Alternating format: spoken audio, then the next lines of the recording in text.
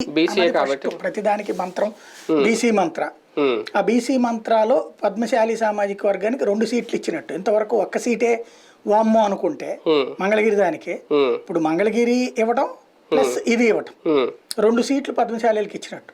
తద్వారా రాష్ట్ర వ్యాప్తంగా పద్మశాలీలు 5 నియోజకవర్గాలు 10,000 నుంచి 15,000 దాకా కుటుంబాలు ఉన్నాయి చాలా చోట్ల. వాళ్ళందరినీ ఇక్కడ తన వైపుకి టర్న్ చేసుకునేటటువంటి ఎత్తుగడ అనమాట.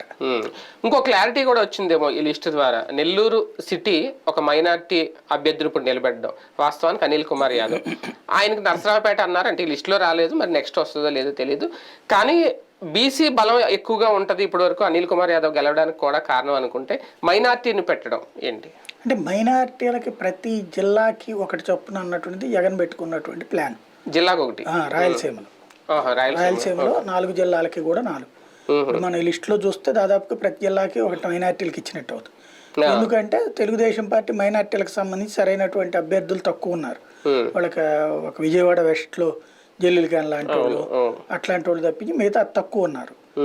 ఇంకోటి మైనార్టీలో ఓట్ల పరంగా తెలుగుదేశానికి కూడా పెద్ద రావు కాదు కాబట్టి వాళ్ళు ఇప్పుడు నంద్యాలకు ఇచ్చేసారు. వాళ్ళు దాంతో సరిపుచ్చుకుందాం అనుకుంటున్నారు. ఎందుకని విజయవాడ వెస్ట్ తీసుకెళ్ళి